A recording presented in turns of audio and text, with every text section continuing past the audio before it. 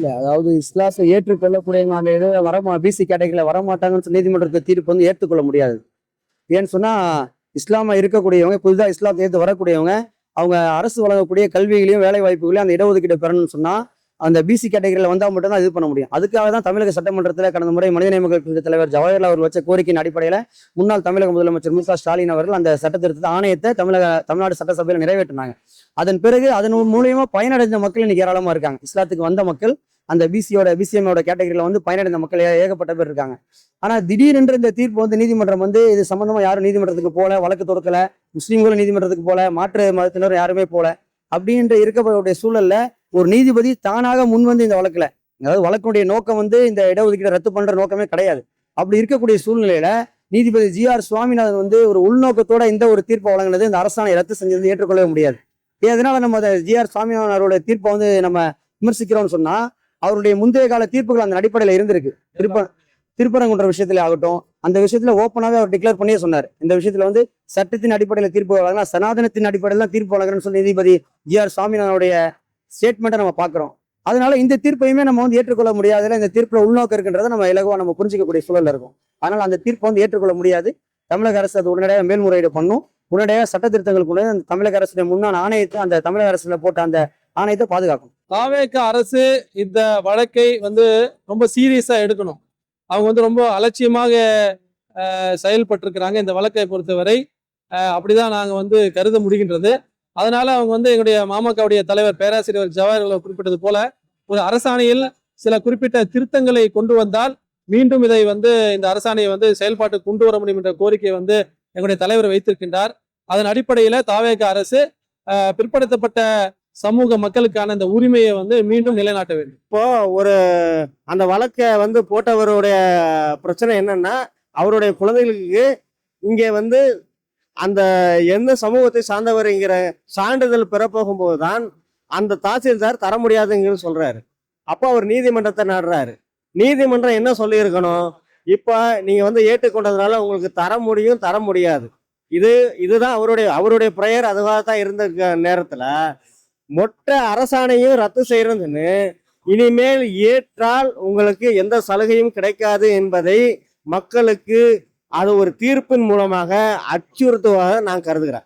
ஆக்சுவலா வந்து தூத்துக்குடி மாவட்டத்தை சேர்ந்த ஒருத்தர் வந்து தன்னுடைய குழந்தைகளுக்காக பிசிஎம் சர்டிபிகேட் வேணும் என்கிறதுக்காக அப்ளை பண்ணியிருக்காங்க.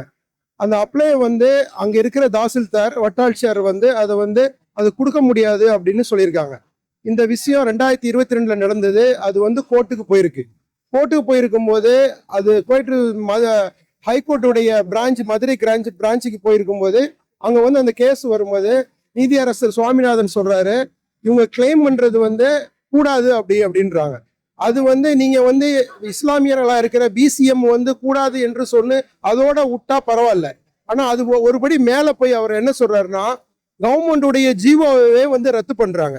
வந்து இஸ்லாமிய மாற்று மத சகோதரர்கள் இஸ்லாமியர்களா வரும்போது அவரும் அவருடைய குழந்தைகளுக்கும் அந்த பிசிஎம் சர்டிபிகேட் எலிஜிபிள் இல்லை அப்படின்னு சொல்றாங்க. உண்மையிலே இது உண்மை அவர் தீர்ப்பளிக்கிறா இருந்தா அவங்களோட அந்த கிளைண்டுடைய டிமாண்ட் என்னவா இருந்தோ அது கொடுக்கணும் அல்லது கொடுக்க மாட்டேன்னு சொல்லணும். அது மட்டும் இல்லாம ஒருபடி மேல போய் தமிழக அரசால் கொண்டு வந்திருக்கின்ற ஜிஓவை கேன்சல் பண்றாங்க. இது வந்து அவர் சார்ந்திருக்கின்ற கொள்கைக்கு சேதுவாக இந்த நிகழ்ச்சி நடத்துது. இதை வன்மையாக கண்டித்து தான் இந்த ஆர்ப்பாட்டம் நடக்குது. எங்கள் தலைவர் பேராசிரியர் சொன்ன மாதிரி இது சட்டசபையில வந்து அந்த ஆர்டிகிள் 31 வந்து ஒரு அமெண்ட்மெண்ட் கொண்டு வந்து அதை இந்த தாவேக அரசு நிறைவேற்ற வேண்டும் என்று எங்கள் சார்பில் கோரிக்கை வைக்கிறோம். இல்ல அதுதான் நான் ஒரு வழக்கறிஞரா பார்க்கும்போது பாத்தீங்கன்னா இந்த விஷயத்துல தமிழக அரசுடைய வழக்கறிஞர் வந்து அந்த வழக்குல வந்து சரியா வாதிடல் தான் நம்ம சொல்லுவோம்.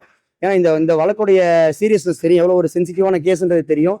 அப்படி இருக்கும்போது கவர்மெண்ட் அட்வொகேட் வந்து அதை வந்து எந்த அளவுக்கு அதுல அப்பீர் ஆகி அதை மென்ஷன் பண்ணி இந்த ஸ்டே வாங்கியிருக்கு. இந்த ஜட்மெண்ட்டே வந்தாமல் அவர் ஆர்குமெண்ட் கொஞ்சம் ஸ்ட்ராங்காக வச்சிருந்தாங்க சொல்ல ஜட்மெண்ட் வந்திருக்காது. அது நீதிபதி என்னதான் உள்நோக்கத்தோட தீர்ப்பு வச்சிருந்தா கூட சட்ட ரீதியான வழக்குகளை வந்து சட்ட ரீதியாக இன்னும் வாதங்களை வலிமையாக வச்சிருந்தாங்கன்னு சொன்னால் அதில் வந்து நம்ம வாதிட்டு இருக்கலாம், இந்த வழக்கில் வெற்றி அடைஞ்சிருக்கலாம். அப்படி உள்நோக்கத்தோட நம்ம தவிர்த்திருக்கலாம். ஆனால் தமிழக அரசுடைய வழக்கறிஞர்கள் வந்து சரியாக செயல்படலாம். ஏன்னா தமிழக அரசுடைய கவனத்துக்கே இந்த தகவல் சரியாக சென்றிருக்காது. அவருடைய வந்து இதை பற்றியான கருத்துக்களோ இதை பற்றியான தெளிவுகளோ எனக்கு தெரிஞ்சு தமிழக அரசுக்கோ அரசுல இருக்கக்கூடிய அதிகாரிகளுக்கோ அமைச்சர்களுக்கோ இல்லைன்னு தான் நினைக்கிறேன். அதாவது இஸ்லாத்தை பொறுத்தவரையிலும் ஒரு நிமிடத்துக்கு முன் அவர் எவராக இருந்தாலும் பரவாயில்லை, அவர் ஏற்றுக்கொண்ட மறு நிமிடமே அவர் இஸ்லாமியராக மாறிவிடுகிறார். இதுதான் இஸ்லாத்தினுடைய கோட்பாடு. அவர் ஒரு நிமிடம் முன்னாடி வரை எப்படி வேணாலும் இருந்திருக்கலாம். ஆனால் அவர் இஸ்லாத்தை ஏற்ற மறு நிமிடமே முழுமையான இஸ்லாமியராக மாறிவிடுகிறார். ஒரு அரசு கொள்கை முடிவு எடுத்து ஒரு சமூகத்துக்கு இடஒதுக்கீடு கொடுத்த ஒரு ஒதுக்கீட்டில் இஸ்லாத்தை ஏற்றுக்கொண்டார் ஒரே ஒரு காரணத்துக்காக அந்த அரசாணையே தடை செய்வது இது அரசின் கொள்கை முடிவுக்கு எதிராகத்தான் நான் பார்க்கிறேன். கடந்த சில ஆண்டுகளாகவே நீதிமன்றத்திலே பணியாற்றக்கூடிய மாண்புமிகும் நீதியரசர் அவர்கள் ஒரு சமூகத்துக்கு எதிராக ஒருதலை பட்சமாக தீர்ப்புகளை வழங்குவது என்பது வாடிக்கையாகிவிட்டது. தமிழக அரசு 2007 முத்தமிழறிஞர் டாக்டர் கலைஞர் அவர்களால் இஸ்லாமிய சமூகத்துக்கு, சிறுபான்மையினராக தமிழகத்திலே வாழக்கூடிய இஸ்லாமிய சமூகத்திற்கு அவர்கள் வழங்கிய அந்த 3.5% இடஒதுக்கீடு என்பது தணிக்கை செய்யப்பட்டு உள் ஒதுக்கீடாக வழங்கப்பட்ட இடஒதுக்கீடு.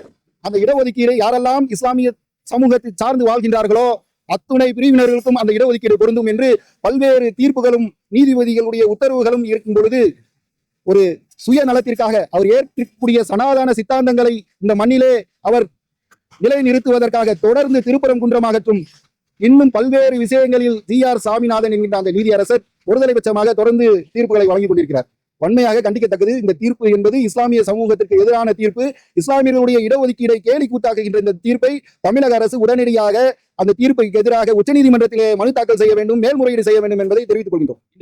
இதுல ஒண்ணும் விசேஷமா பாக்குறதுக்கு ஒண்ணும் இல்லை. அவர் ரொம்ப மௌனசாமியாரா இருக்காரு.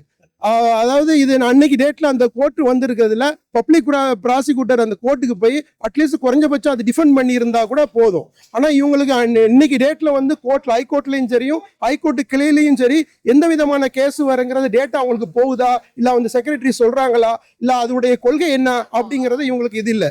இது ஒரு மௌனசாமியார் அரசு. இது வந்து இது சொல்லல, எங்களுடைய கோரிக்கை இது. இந்த கோரிக்கை அவர்கள் ஏற்று அந்த ஜிஓ 30 அமெண்ட்மெண்ட் கொண்டு வந்து இந்த சாமிநாதனுடைய அந்த தீர்ப்பை வந்து ரத்து செய்யறதுக்கு உண்டான ஏற்பாடு பண்ணணும். இந்தியாவில் சாதி அடிப்படையில் தான் இடஒதுக்கீடு வழங்கப்படுகின்றது, பட்டியலின மக்களுக்கு, அதே போல பிற்படுத்தப்பட்ட சமூக மக்களுக்கு. அப்ப இஸ்லாமிய மக்கள் பிற்படுத்தப்பட்ட சமூகமாக வரையறுக்கப்பட்டிருக்கின்றார்கள். அதாவது தமிழ்நாட்டில் மட்டுமல்ல, இந்திய அளவில் இஸ்லாமிய மக்களுடைய பெரும்பான்மை மக்கள் பிற்படுத்தப்பட்ட சமூகங்களுடைய ஒரு அங்கமாக கருதப்படுகின்றார்கள். தமிழ்நாட்டில் பார்த்தீங்கன்னா லப்பை, ராவுத்தர், மரைக்காயர் போன்ற வகுப்புகள் பிற்படுத்தப்பட்ட வகுப்பிலே இணைக்கப்பட்டிருக்கின்றன. அந்த அடிப்படையில் தான் இன்றைக்கு இடஒதுக்கீடு தமிழ்நாட்டிலே வழங்கப்பட்டு கொண்டிருக்கின்றது. இதை வந்து முஸ்லிம்களே வந்து அப்ஜெக்ஷன் செய்யாத பொழுது தேவையில்லாத ஒரு வேலையை இன்றைக்கு இந்த நீதிபதி செய்திருக்கின்றார். அவரிடத்தில் இப்படி ஒரு வழக்கும் வரவும் இல்லை. இந்த ஜிஓவுக்கு எதிராக ஒரு வழக்கு தொடரப்பட்டு அதில் அவர் வந்து தீர்ப்பளிக்கல. வேறொரு வழக்கில், அதாவது பிசிஎம் சான்றிதழ் கேட்ட வழக்கில் இப்படிப்பட்ட ஒரு தீர்ப்பை வழங்கி இருப்பது என்பது உள்நோக்கமுடையது என்பதுதான் என்னுடைய கருத்து. இஸ்லாத்தின் அடிப்படையில ஜாதி கிடையவே கிடையாது. இஸ்லாம் வந்து எந்த மக்களையும் ஜாதியின் அடிப்படையில் பிரிக்கல. இஸ்லாத்தில் இருக்கக்கூடிய தாழ்த்தப்பட்ட மக்கள், உயர்த்தப்பட்ட மக்கள் சொல்லி இஸ்லாம் மதத்துல எந்த இடத்துலயும் மதமும் சொல்லல, அப்படி கிடையவும் கிடையாது. ஆனா இந்த வாழக்கூடிய இந்திய நாட்டுடைய சட்டத்தின் அடிப்படையில ஒவ்வொரு மக்களையும் வகைப்படுத்தி வச்சிருக்காங்க. மக்களை வந்து வகைப்படுத்திருக்காங்க. அதாவது இந்து சமயத்திலும் சரி கிறிஸ்டின்லையும் சரி வகைப்படுத்திருக்காங்க. SC, ST, MBC, OC அடிப்படையில வகைப்படுத்தி அதன் அடிப்படையில தான் கல்வியிலையும் வேலை வாய்ப்புகளையும் வாய்ப்புகளை வழங்கிட்டு இருக்காங்க. அதன் அடிப்படையில இந்த அரசாங்கம் தான், முந்தைய ஆட்சியாளர்கள் தான் இஸ்லாமியர்களை வந்து BC கேட்டகரியில வருவாங்கன்னு சொல்லி பிற்படுத்தப்பட்டவர் சொல்லி அரசாங்கங்கள் தான் வகைப்படுத்தி நமக்கு BCன்ற இதை கொடுத்தாங்களே தவிர இஸ்லாமியர்கள் வந்து நாங்க ஜாதியின் அடிப்படையில் நாங்கள் BCல வருவோம்னு சொல்லி நம்ம எந்த ஒரு இடத்துலையுமே நம்ம கேட்கல. அதை நம்ம முன்னிறுத்தவும் மாட்டோம். அவரே தொடர்ச்சியா வந்து சர்ச்சைக்குரிய தீர்ப்பா தான் சொல்லிட்டு இருக்காரு. இதை வந்து அந்த நீதிபதியை நாம வந்து எதிர்த்து பேசுறதா அமைஞ்சிடாது. ஆனா எல்லா நீதிபதிகளும் தீர்ப்புகளும் இந்த மாதிரி சர்ச்சையா மாறுறது இல்லை. நாடாளுமன்றத்தில் 100க்கும் மேற்பட்ட நாடாளுமன்ற உறுப்பினர்கள் இந்த நீதிபதியை மாற்ற வேண்டும், தகுதி நீக்கம் செய்ய வேண்டும் என்று வரலாற்றிலே முதன்முறையாக இந்த நீதிபதிக்குத்தான் அந்த கடிதத்தை வழங்கியிருக்கிறார்கள். அப்போது என்றால் மக்கள் முன்னே நான் விட்டு விடுகிறேன், இந்த நீதிபதியுடைய உள்ளம் எப்படியாக இருக்கிறது, இவரோட தீர்ப்பு எங்கிருந்து சட்டப்படியான தீர்ப்பை வந்தால் நாம் வந்து அதை மனப்பூர்வமாக ஏற்றுக்கொள்கிறோம். பல நேரங்களில் நான் ஒரு சனாதனவாதி, என்னுடைய சனாதனம் தான் என்னோட உயிர் அப்படின்னு சொல்லுகிறவர் அந்த சனாதனத்தின் அடிப்படையில் நின்று வழக்குகளில் நீதி பரிபாலனம் செய்கிறாரோ என்கிற அச்சம் எங்களுக்கு ஏற்படுகிறது. EWC சொல்றாங்க, இடபிள்யூசி 10% கொடுக்குறாங்க. அந்த இடபிள்யூசி எந்த இதுல போராட்டத்தை பண்ணாங்க? இன்னும் சொல்ல போறா நம்ம ரோட்ல இந்த மலையில வந்து நின்று நம்ம வந்து எவ்வளவு கத்துறோம். இடபிள்யூசி கேட்டவங்க டிமாண்ட் எந்த ரோட்ல நின்று கட்டினாங்க, எந்த இது பண்ணாங்க, எந்த மக்கள் அடிப்படையில, எந்த மக்கள் தொகையில இவ்வளவு பேர் இருக்காங்க, அதுக்காக ப்ரொபோஷனட்டா இப்படி பேர் கொடுக்கணும்னு சொல்லி சொன்னாங்க. அதனால இது வந்து முற்றிலுமாக நீதிக்கு முரணானது. இது இன்று நடந்துகின்ற, அதாவது இன்று நடக்கின்ற தவேக அரசு வந்து இதற்கு உண்டான ஒரு அமெண்ட்மெண்ட், ஜிஓ அமெண்ட்மெண்ட் கொண்டு வந்து சாமிநாதனுடைய தீர்ப்பை வந்து ரத்து செய்ய வேண்டும்னு எங்க சார்பா கேட்டுக்கிறோம். அதாவது இஸ்லாத்தை ஏற்றுக்கொண்ட பிற்படுத்தப்பட்ட சமூக மக்கள் அவர்கள் போட்டித் தேர்வுகளுக்கு செல்லும் பொழுது அல்லது வந்து ஒரு கல்லூரியில அரசு கல்லூரிகள்ல விண்ணப்பிக்கும் பொழுது அவங்க வந்து என்ன ஆவாங்கன்னா பிசி வந்து 3.5ல வரமாட்டாங்க. அவங்களை என்ன பண்ணிடுறாங்கன்னா ஓப்பன் கேட்டகரியில கொண்டு போயிடுறாங்க. அதுதான் பிரச்சனையே. இந்த பிரச்சனையினால் பாதிக்கப்பட்ட பலரும் வந்து மனிதநேய மக்கள் கட்சியிடம் தமுமுக வைத்த கோரிக்கையின் அடிப்படையில் தான் இந்த கோரிக்கை வந்து கடந்த அரசாங்கத்திடம் கொண்டு சென்று இந்த அரசாணையை வந்து தமுமுக வந்து கொண்டு வந்தது. இப்போ வந்து இந்த அரசாணையை ரத்து செய்திருப்பது என்பது அரசமைப்பு சட்டத்துக்கு விரோதமானது, சிறுபான்மை மக்களுக்கு எதிரானது என்பதை புரிந்து கொள்ள வேண்டும். MBCM இடஒதுக்கீடை வந்து அவர்கள் ரத்து செய்ய மதமாற்றம் செய்கின்றவர்களுக்கு ரத்து செய்வார்களால் இன்ஷா அல்லாஹ் நாங்கள் இன்னும் வீரியமாக போராட்டம் பண்ணி எங்களுடைய உரிமையை நிலைநாட்டுவோம். மிஸ்டர் பர்ஃபெக்ட் எக்ஸ்ட்ரா கோல்டு திருமணமான ஆண்களுக்கு திருப்பு முனையை ஏற்படுத்தும் ஹலாலான இயற்கை வியாகரா. 60,000க்கும் மேற்பட்ட திருப்திகரமான வாடிக்கையாளர்கள், 500க்கும் மேற்பட்ட வாடிக்கையாளர்களுக்கு குழந்தை வரமும் கிடைத்துள்ளது. வயதான பலகினமா, சுகர் பலகினமா, இனி கவலை வேண்டாம். உங்கள் இல்லறம் நல்லறமாக அமைய உடனே ஆர்டர் செய்யுங்கள். மேலும் விவரங்களுக்கு கீழுள்ள எண்ணை அணுகுங்கள்.